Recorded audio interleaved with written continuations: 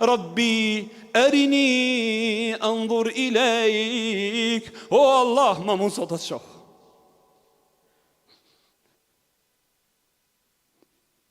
O ju lezërit e mi, Allahu ju ruaj dhe ju mëshiroft. Ja ku ishte Musa alayhi salatu wassalam, e që prej dashurisë të madhe që e kishte për Allahun xhallahu ala, Allahu e përzjodhi atë që të jetë njeriu i vetëm që i ka fol Allahu për gjatë gjithë historisë njerëzore pa perde.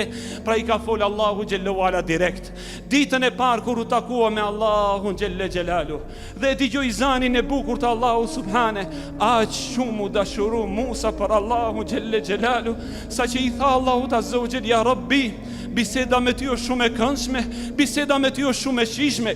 Vallahi, biseda me Allahun është shumë e këndshme. Pasha Allahun, biseda me Allahun xhallahu ala është shumë e shijshme. Luma njeri i cili në një natë prej netëve qohet në namaz dhe bie në sejdë, fillon të lutet pasi që tha subhane rabbil a'la, pastaj t'ia shfaqen Allahu xhallahu ala dashurinë që e ka për atë, derisa të vjen një moment, o ju vëllezërit e mi, mes nesh dhe Allahut është vetëm një perde. Në qoftë se nxjerrën atë, do ta shohim Allahun xhelle xhelalu. Allahu subhanahu wa taala i shpalli Musës dhe i tha, wa aqimi salata li dhikri. O Musa, qohu në namaz, se aty do të më gjejsh mua.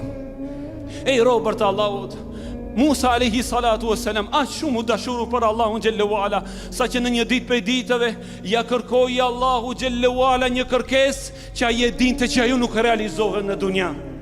Allah ja kërkoi Allahu xhelle xhelalu një kërkesë që e dinte që nuk realizohet në dunja. Ju lut Allahu xhallahu ala që t'ja mundson ta sheh.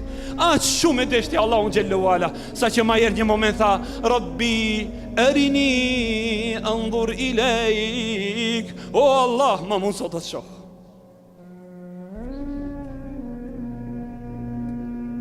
O Allah, ma mund sot të shoh.